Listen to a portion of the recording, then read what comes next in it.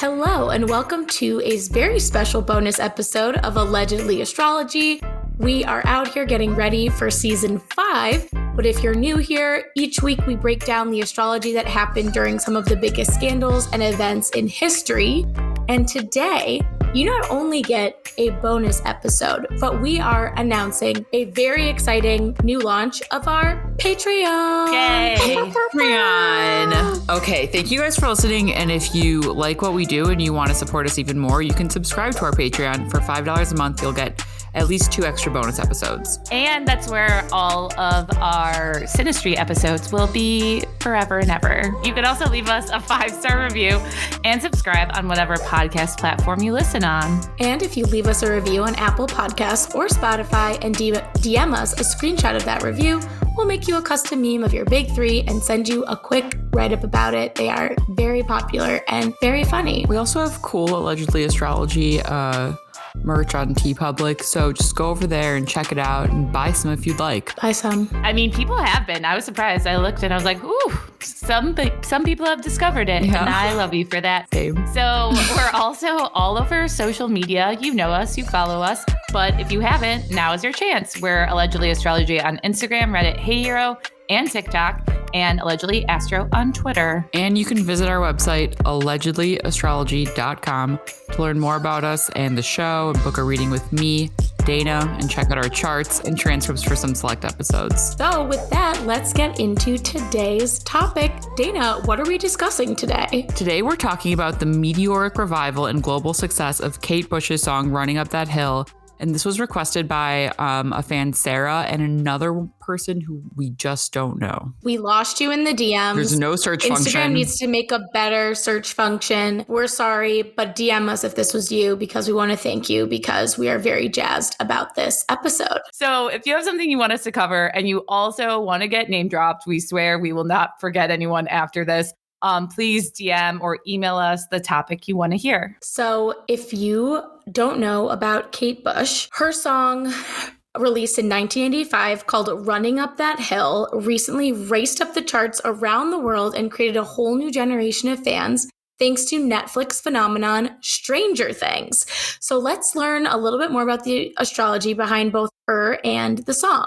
Yes. Honestly, the song changed my life. I'm not even kidding. The first time I heard it, I cried. Sometimes I cry. I mean, things have been rough, so it could be a mix of the times and the song, but I do love it. So who is Kate Bush? So she is an English singer, songwriter, pianist, dancer, and record producer. She first became well-known in 1978 when at 18, so like a little baby, almost like a Taylor Swift moment for her. She topped the UK singles chart for 4 weeks with her debut single, Wuthering Heights, and she became the first female artist to achieve a UK #1 with a self-written song, so amazing for her. She's also been nominated for 13 Brit Awards, 3 Grammys, and she won for Best British Female Artist in 1987. Kate was one of the most popular indie singers in her time. She had a very large fan base all over the world, but it definitely took America a little while to catch up. Her musical style is described as eclectic, experimental, and through her unconventional lyrics and performances, she's influenced a ton of artists. I would say like maybe she's similar to like Phoebe Bridgers. Like maybe Phoebe Bridgers is a little too like niche. Yeah, but I'm just trying to think of like who is like the Kate Bush of the current time. I don't know if we will know. Well, I just certainly won't, because I only listen to like rap and Lana Del Rey. But I feel like Kate Bush, I've only really known about her from like my mom's CDs when I was little, and like really cool fashion, like guys and gays or gals knowing about her now. Yeah, that's true. That's true. Yeah. Yeah, I don't know. Well, she's unlike anyone else. Yeah. So that's that. Yeah, it's actually wild, the people that have said that they were influenced by her. It ranges by everyone from like Adele to Coldplay to Tori Amos to even Big Boy of Outkast. Fuck yeah. Which I honestly bizarrely was thinking about Big Boy the other day. So when I like randomly found that he said this, I was like, wow, secret moment. And then Stevie Nicks, St. Vincent, and even Tupac. Hell yeah. So I know, represent. Bro. So what's her big 3, Dana? Okay, Kate Bush, according to Astro Theme, so take this with a grain of salt, was born on July 30th, 1958, 2:30 p.m. in Bexleyheath, London. United Kingdom. And it is a C rating, so that's why we say take it with a grain of salt. The C rating is like maybe, maybe not, but here we go. So well, we're gonna run with it. We're gonna run up that hill with it. It seems apt. So she has a Leo sun, an Aquarius moon, and a Scorpio rising, and the sun is domicile in Leo. Leo is a sign of the performer. Her sun is conjunct Uranus in the 10th house, which makes her someone who gets famous for like being unique and strange yet appealing, but also maybe someone who like, you know, gets famous under strange or unique circumstances. And her moon in Aquarius seems like simultaneously present and distant, which I feel like is appropriate for her, at least in my mind. Like an Aquarius moon is enigmatic. It's a placement of like great friends and do-gooders who masquerade as like ne'er-do-wells. Aquarius is also opposite Leo, which means that she was born on a full moon, which yeah, right. And then she's a Scorpio rising, which is like enigmatic and mysterious. Scorpio risings aren't always dark, but like their lives are always touched by darkness in some aspect. And so this will account for like immense depth and keen insight and intuition. Scorpio risings also often have dark hair. Ooh, yeah. I definitely love that for her. I feel like she is kind of, especially like the moon in Aquarius and the Scorpio rising. Obviously, we know she's like famous, but I feel like she like doesn't go out of her way to do a lot of interviews. Like no, she really doesn't. So she's like real hidden in the shadows vibes, which I like. But, 1985 rolls around and she comes out with a song that we all know and love, Running Up That Hill. And she described the meaning of the song as being about the fundamental differences between men and women. So the song is about wanting to remove obstacles. So to basically like, you're a woman, you get in the shoes of a man, you're a man, you get in the shoes of a woman, to understand how they see the world and hoping that by doing this, it would remove problems in the relationship. So that's what she's making a deal with God with. Deep cut. But yes, like Sarah mentioned, the song was originally titled A Deal with God, but her record label was like, that seems like a little too goddish. Let's rename it. So she went with Running Up That Hill instead. The first time around, Running Up That Hill eventually reached number 3 on the UK singles chart and number 30 on the Billboard Hot 100 in the United States. So it was Kate Bush's first top 40 hit in the US. So what was up when it was released? So this was August 5th, 1985. Something interesting about this chart is that the sun was at 12 degrees Leo, which is the same degree of Johnny Depp's rising and Jake Gyllenhaal's rising. And these are all things that were kind of surprise in the news this year. Oh, weird. Also the degree of my rising. So we now have the opportunity to make me very famous. Well, you were just on that big radio show, which hopefully will be disclosed. True. A big radio show, you guys. So the sun was in Leo on this day opposite Jupiter retrograde in Aquarius. And this is like very much a hero's journey aspect. I literally called it that when we made fun of the Nirvana kid. Oh my God. And the sun in Leo is like the star or the individual. Jupiter in Aquarius sort of like turns your fate over to the people, but also it's always being confronted with your own beliefs, your own religion. Oppositions are confrontations with other people, but also within yourself. And then Saturn, Pluto, and the South Node are all in Scorpio in the 4th solar house. So it's the 4th house from the sun. So it's a square aspect with all those planets too. But so this stellium is like very much make a deal with God energy. Scorpio is so shrewd in business, and Saturn is restraint. Pluto is power. The South Node is the only thing that like reveals the desperation here of like need. Also, the moon is in Aries, which we know as the Rihanna moon, someone who's very good at making their plans come into fruition. It's also trining the sun. So it's sort of like this fiery, it's a fiery trine. It's like a pull towards like passion and hope. Ooh, that's cool. I like that. So we now fast forward a casual 37 years, and the Duffer Brothers, aka the directors and creators of Stranger Things, reached out to Kate to ask if they could use her song. And Kate, once again, I feel like very like Scorpio rising vibes, Aquarius moon vibes. She is like known for barely ever allowing anyone to license her songs. But for them, and all of our sake, she was a big fan of the show and she really liked how they were planning on using it. Yes. And so after the song played during a very key plot line for the character Max Mayfield, everyone started listening to the song. It made it on charts around the world. It hit number 1 in the UK, Australia, Belgium, Ireland, Lithuania, Luxembourg, New Zealand, Sweden, and Switzerland. Get it? And peaked at number 4 in the US, which made it her first US top 10 hit, which is amazing. right? At this point, she's like 64 years old. So, Dana, what was going on when it appeared in Stranger Things season 4? Okay, so Stranger Things season 4 debuted on May 27th, 2022, and we're comparing that with the chart for the song. So this is the nodal return. The north nodes are both in Taurus. What? It's the song's nodal return. Boom, boom, boom, boom. We love a nodal return. Yeah, we do. So nodal returns are like when destiny locks in. Like the nodal opposition can maybe be when you're knocked off your path, but I feel like the nodal return often sort of like corresponds to some sort of milestone in your journey. It could be like a monumental achievement. It's just sort of like you're doing what was always going to happen, right? The nodes are unpredictable, so some terrible things happen, I'm sure. Don't tell me about it. It mostly is just sort of like, this was always going to happen and now it's happening. Also, the transiting south node is conjunct the natal Saturn of the song. So this is kind of about like merit. The south node harkens back to the past, and Saturn is like what you've really put your work in for, right? In a Scorpio, it's going to be like buried. The song is kind of like buried in time, although I do think that it was sort of like a club song. It had earlier revivals, but like nothing that put it on this sort of level.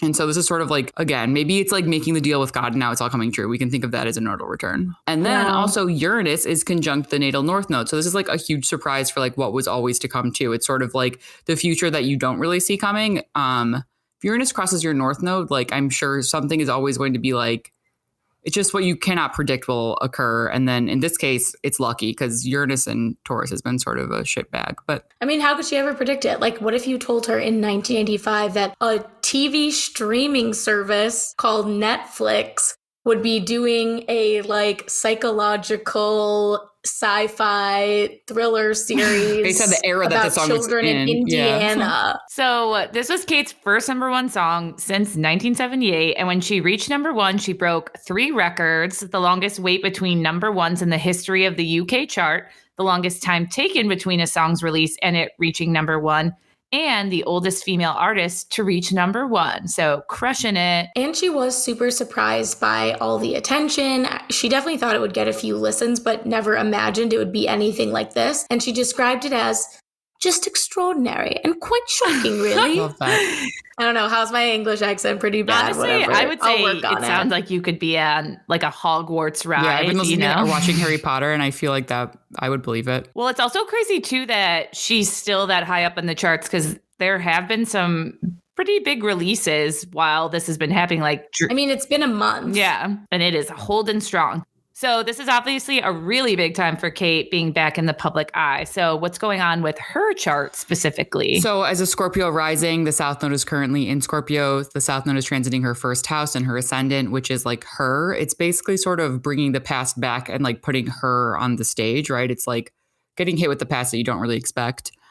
Saturn is also on her IC. Both of these planets, or Saturn is a planet. The IC is a destiny point in your chart that relates to endings. Saturn relates to endings. It's sort of maybe ending this like long-term, I don't know, deal with God, right? Like in Aquarius, it's kind of Saturn in Aquarius like will relate to sort of extremely long-term plans. Saturn in Capricorn will be similar too. It's like sort of like the work you put in pays off in the long run, not necessarily the short run. So it's sort of kind of ending the, I don't know, undercoverness of that for her. And then also the sun is sextile her sun when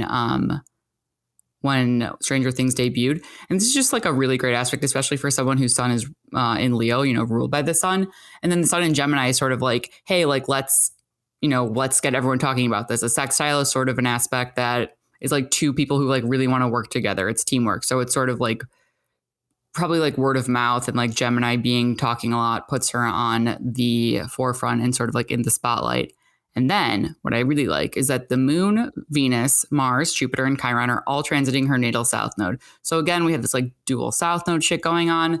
The moon is like whatever manifests. The moon is what manifests any astrology into reality in like the material world, right? It's the only planet that's recognized by science as like manifesting and, you know, shit on the world with like tides and whatnot. And then Venus is like love, it's art, it's sort of like what are people enjoying. Mars is the planet of power, and in Aries it's like full power. It's where it's in domicile.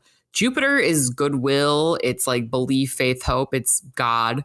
And then Chiron is sort of like the wound, but it's also healing. So it's sort of like all of these things are on her south node, where maybe if she's a Scorpio rising, we'll never know if she was like, hey, I should have been fucking famous for this song, right? We'll never know.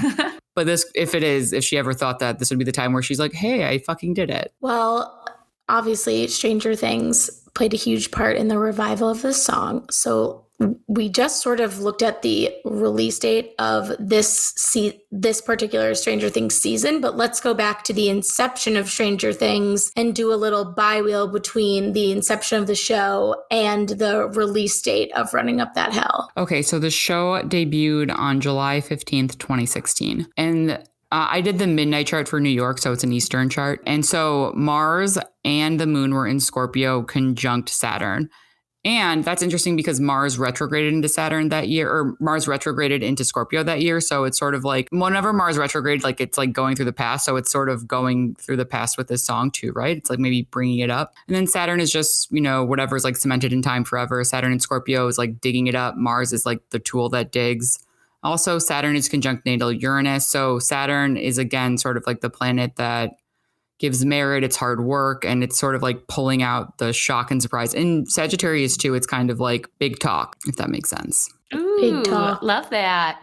But luckily or unluckily for us, I don't know how the song will be used. But it's not the end of Running Up That Hill. Matt Duffer, the show's co-creator, who we talked about before, said the song would be included again in the finale episode in a major way. So let's go. Let's all hope we're all How do you guys emotionally. think it'll... I don't know. I know someone's going to die. I'm really nervous. What if Kate Bush becomes 11? Yeah, Vecna. what if Kate Bush is Vecna?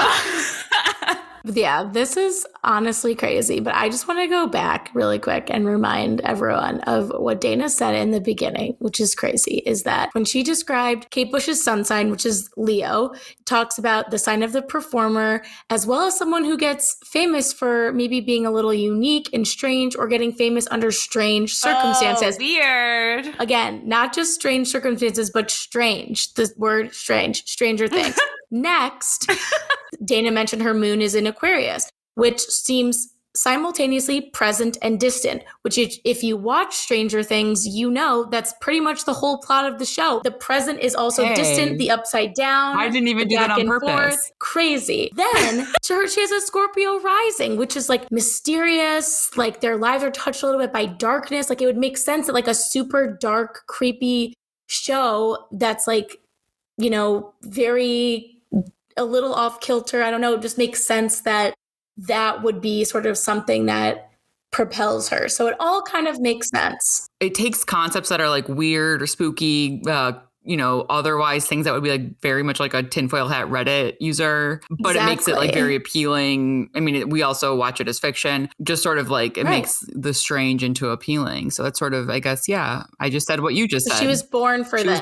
She was born for this. And I would say if we want to keep going down this path, another like very Scorpio thing is, at least on this season, a lot of times for them to get into the upside down, they have to go through the ground. So it's very like bowel. That's so like, Scorpio. Hey, yeah, and so yeah, Scorpio. Like the things that fly around the upside down literally look like organs. Okay, wait.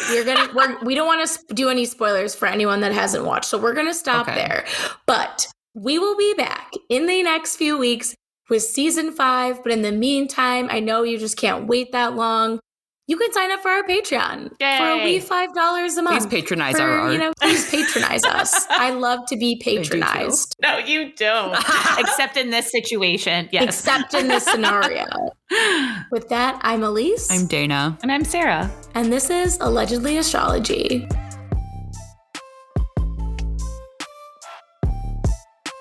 We're running up that wall. Seriously, though, if Steve dies, I will be inconsolable. I just want Will to die. After I saw that, I was like, yeah, I want Will to die. I don't really... No.